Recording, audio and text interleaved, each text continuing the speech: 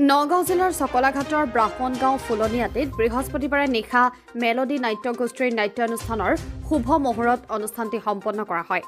লতা বেবীৰ দ্বাৰা বৰগীত পৰিৱেশনেৰে শুভাৰম্ভ ঘটোৱা অনুষ্ঠানটোত শিক্ষাবিদ ৰাণা প্ৰকাশ বৰাই পন্থী আৰু নাট্যকৰ্মী প্ৰণৱ কুমাৰ শইকীয়াই ধূপ প্ৰজ্বলন কৰাৰ লগতে নাৰিকল ভাঙে অমূল্য কাকতি জীৱনজোৰা সাধনা বঁটা প্ৰাপক জিতেন্দ্ৰ নাথ বৰাই। ইয়াৰ পিছতেই এইবাৰ উক্ত নাট্য সন্ধ্যাত মঞ্চস্থ কৰিবলগীয়া ধ্ৰুৱজ্যোতি বৰাৰ ৰচিত চাকুলা সোণাইপৰীয়া এক কিংবদন্তি নামৰ নাটখনিৰ প্ৰস্তাৱনা দৃশ্যটি পাঠ কৰে প্ৰবীণ অভিনেতা মোহন শইকীয়াই।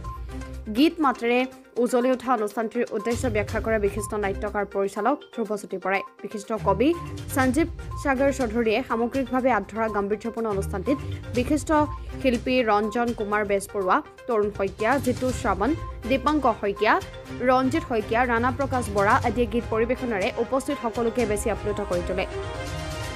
অনুষ্ঠানত প্ৰবীণ অভিনেতা পদুম বৰা, ভূমিকান্ত শৰ্মা, দীপু বৰা, সমাজকৰ্মী দৰ্শন মহন্ত, চন্দ্ৰজিৎ দাস, জ্যেষ্ঠ সাংবাদিক জয়ন্ত মুদৈ আৰু তবলাবাদক পংকজ কুমাৰ মুদৈৰ লগতে কৃষ্ণ ডেকা, উমানন্দ হাজৰিকা, সোণা বৰা, পাপুল শইকীয়া, প্ৰকাশ শইকীয়া, বিকাশ বৰা, সঞ্জয় বৰা, অভিজিৎ বৰা, চিংকি কলিতা, বৰ্ণালী পৰাশৰ, মামণি শইকীয়া, খ্যাতি প্ৰিয়ম বৰা, প্ৰিয়ংকু শইকীয়া, জিষ্ণু বেজবৰুৱাকে ধৰি বহুকেইগৰাকী নবীন প্ৰবীণ অভিনেতা অভিনেত্ৰী উপস্থিত থাকে। উল্লেখযোগ্য যে মেলোডি নাট্যগোষ্ঠীৰ আগন্তুক প্ৰতিষ্ঠা দিৱস উপলক্ষে অনুষ্ঠিত হ'বলগীয়া উক্ত নাট্যানুষ্ঠানত ধ্ৰুৱজ্যোতি বৰাৰ ৰচনা আৰু পৰিচালনাৰে চাকুলা সোণাইপৰীয়া এক কিংবদন্তিৰ লগতে অসমীয়া কলা কৃষ্টি সংস্কৃতিক বিশেষভাৱে প্ৰতিফলিত কৰা নাট স্ৰষ্টা মঞ্চস্থ কৰা হ'ব বুলি জানিব পৰা গৈছে।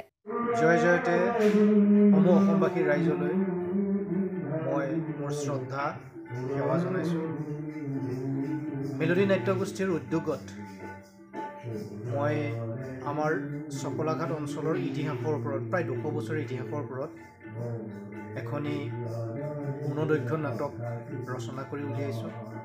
এই নাটকখন লিখিবলৈ যাওঁতে বহুখিনি কষ্ট হৈছে। প্ৰায় 3-4 বছৰীয়া কষ্টৰ ফলত মই তাৰ সম্পূৰ্ণ তথ্যভিত্তিক বিশ্লেষণ কৰি নাটকখন মই প্ৰস্তুত কৰিছোঁ। নাটকখনৰ নামটো হৈছে চাকুলা সোণাইপৰীয়া এক গাথা, যিখনত আজিৰ পৰা 200 বছৰীয়া আগৰ সোণাইপৰীয়া আমাৰ বিভিন্ন কেনেকৈ চকলাঘাট হ'ল আজিৰ পৰ্যায়ত সেই গোটেই বৃত্তান্ত সন্নিৱিষ্ট আছে। গতিকে জানুৱাৰী শেষৰ ফাললৈ জিলা পুথিভঁৰাল প্ৰেক্ষাগৃহত এই নাটকখন আৰু এখন নাটক মই মঞ্চস্থ কৰিবলৈ আগবাঢ়িছোঁ মেলোডি নাট্যগোষ্ঠীৰ উদ্যোগত। সদৌ অসমবাসী ৰাইজৰ আশীষ বিচাৰিছোঁ। সকলোৱে এই নাটকখন উপভোগ কৰিব বুলি আশা ৰাখি আপোনালোকৰ পূৰ্ণ আশীৰ্বাদ কামনা কৰিছোঁ। নমস্কাৰ। নগাঁৱৰ পৰা জয়ন্ত মুদৈৰ ৰিপৰ্ট, আছাম এনি নিউজ।